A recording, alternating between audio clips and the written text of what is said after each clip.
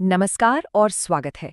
आज हम एक बहुत ही जरूरी विषय पर बात करने जा रहे हैं, भारत का यूनियन बजट और इकोनॉमिक सर्वे।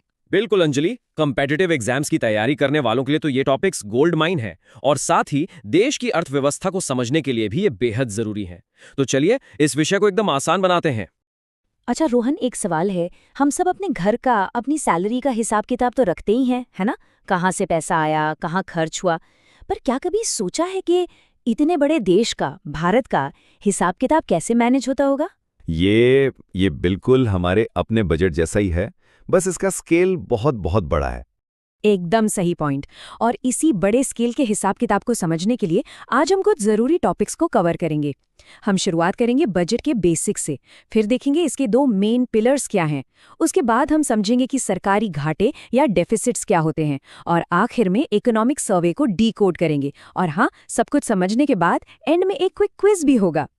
तो चलिए शुरू करते हैं पहले सेक्शन से। सबसे बुनियादी सवाल, आखिर ये यूनियन बजट होता क्या है? चलिए इसे समझते हैं। एक मजेदार बात यह है कि हमारे संविधान में कहीं भी बजट शब्द का इस्तेमाल नहीं हुआ है। कॉन्स्टिट्यूशन के आर्टिकल 112 के तहत इसे एनुअल फाइनेंशियल स्टेटमेंट या एएफएस कहा जाता है। आसान शब्दों में ये आने वाले फाइनेंशियल ईयर के लिए सरकार की अनुमानित आमदनी यानी रिसीट्स और खर्च यानी एक्सपेंडिचर का एक ब्यौरा होता है। एग्जाम पॉइंट ऑफ व्यू से आर्टिकल 112 याद रखना बहुत जरूरी है। बिल्कुल। और सरकार ये एएफएस बनाती क्यों है? इसके कुछ बड़े लक्ष्य होते हैं, जैसे कि देश के संसाधनों को सही जगह लगाना, अमीर और गरीब के बीच की खाई को कम करना, देश की इकोनॉमिक ग्रोथ को रफ्तार देना, अर्थव्यवस्था में स्थिरता लाना और सरकारी कंपनियों को मैनेज करना। तो ये सिर्फ एक हिसाब किताब का डॉक्यूमेंट नहीं है, बल्कि यह देश की इकोनॉमिक डायरेक्शन तय करने वाला एक रोड मैप है। अब बात करते हैं बजट की बनावट की।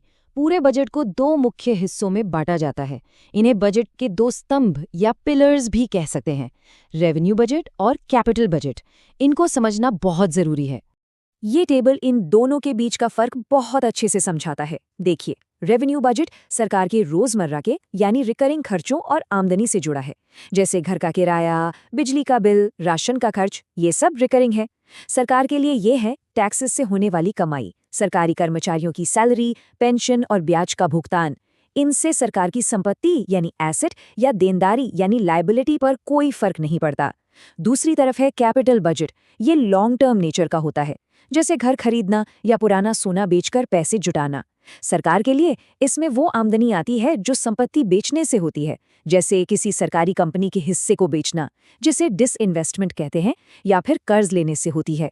और इसका खर्च होता है एसेट बनाने में, जैसे नए हाईवेज, स्कूल, हॉस्पिटल बनाना या फिर पुराने कर्ज चुकाना। तो मूल अंतर यह है, रेवेन्यू बजट दिन प्रतिदिन के कामों के लिए है और कैपिटल बजट देश के भविष्य के निर्माण के लिए है। चलिए अब एक ऐसे शब्द को समझते हैं जो बजट के समय बहुत सुनने को मिलता है, घाटा या डेफिसिट। सीधे शब्दों में कहें तो जब सरकार का खर्चा उसकी आमदनी से ज्यादा हो जाता है तो उसे घाटा कहते हैं। जैसे महीने के आखिर में हमारा आपका बजट बिगड़ जाता है। और इन घाटों में सबसे इम्पोर्टेंट है फिस्कल डेफिसिट यानी राजकोषीय घाटा। ये सरकार के कुल खर्च और उसकी कुल आमदनी के बीच का अंतर है। लेकिन यहाँ ध्यान देने वाली बात यह है कि इस आमदनी में उधार से लिया पैसा शामिल नहीं होता। फिस्कल डेफिसिट का सीधा सा मतलब है कि सरकार को अपने खर्चे पूरे करने के लिए इस साल कुल कितना उधार लेना पड़ेगा। ये नंबर देश की फाइनेंशियल हेल्थ का एक बहुत बड़ा इंडिकेटर है। अगर ये डेफिसिट बहुत ज्यादा हो तो सरकार को ज्यादा कर्ज लेना पड़ता है, जिससे देश पर ब्याज का बोझ बढ़ता है और महंगाई भी बढ़ सकती है। ये चार्ट इस बात को बहुत अच्छी तरह दिखाता है। देखिए, ये जीडीपी के परसेंटेज के रूप में फिस्कल डेफिसिट को दिखाता है। यहाँ सबसे ऊंचा बार देखिए, FY 2021 में कोविड-19 पेंडेमिक के कारण ये 9.2% के पीक पर पहुंच गया था, क्योंकि सरकार को अर्थव्यवस्था को सपोर्ट करने के लिए बहुत खर्च करना पड़ा। लेकिन अब सरकार इसे धीरे धीरे कम करने की कोशिश कर रही है। देखा जा सकता है कि FY 2026 और FY 2027 के लिए अनुमानित आंकड़े लगातार घट रहे हैं। ये दिखाता है कि अर्थव्यवस्था पटरी पर लौट रही है। फिस्कल डेफिसिट के अलावा एक और टर्म है प्राइमरी डेफिसिट यानी प्राथमिक घाटा। इसका फॉर्मूला सिंपल है, फिस्कल डेफिसिट में से पुराने कर्ज पर जो ब्याज चुकाया है उसे हटा दीजिए। इसे ऐसे समझिए, प्राइमरी डेफिसिट हमें बताता है कि सरकार को सिर्फ इस साल के खर्चों के लिए कितना उधार लेना पड़ रहा है, जिसमें पिछले उधार का बोझ शामिल नहीं है। इससे सरकार के मौजूदा वित्तीय अनुशासन का ज्यादा साफ पता चलता है। चलिए अब बजट से जुड़े एक और इम्पोर्टेंट डॉक्यूमेंट की बात करते हैं। बजट से ठीक एक दिन पहले एक और डॉक्यूमेंट संसद में पेश किया जाता है, द इकोनॉमिक सर्वे। इसे हम भारतीय अर्थव्यवस्था का सालाना रिपोर्ट कार्ड भी कह सकते हैं। इसकी एक छोटी सी हिस्ट्री है जो एग्जाम्स में पूछी जा सकती है। इकोनॉमिक सर्वे पहली बार 1950-51 में पेश किया गया था और तब ये बजट का ही हिस्सा हुआ करता था, लेकिन 1964 से इसे बजट से अलग कर दिया गया और बजट पेश होने से एक दिन पहले पेश किया जाने लगा। इसे तैयार कौन करता है? मिनिस्ट्री ऑफ फाइनेंस में चीफ इकोनॉमिक एडवाइजर और उनकी टीम, और पेश करती हैं फाइनेंस मिनिस्टर। तो अब सवाल उठता है कि इकोनॉमिक सर्वे और बजट में आखिर फर्क क्या है? ये टेबल इसे एकदम क्लियर कर देता है। देखिए, इकोनॉमिक सर्वे बीते हुए साल का लेखा जोखा है, एक रिव्यू है, जबकि बजट आने वाले साल का प्लान है। सर्वे का नेचर एडवाइजरी यानी सलाहकारी होता है, सरकार इसकी सिफारिशें मानने के लिए बाध्य नहीं है। लेकिन बजट एक बार संसद से पास हो जाए तो वो कानून बन जाता है और सरकार को उसे फॉलो करना ही होता है। और सबसे बड़ा फर्क, बजट आर्टिकल 112 के तहत एक संवैधानिक जरूरत है, जबकि इकोनॉमिक सर्वे के लिए ऐसी कोई बाध्यता नहीं है, ये एक परंपरा है। तो अब जब हमने सारे की कॉन्सेप्ट समझ लिए हैं, तो क्यों ना एक क्विक क्विज के जरिए अपनी नॉलेज टेस्ट की जाए। तैयार है?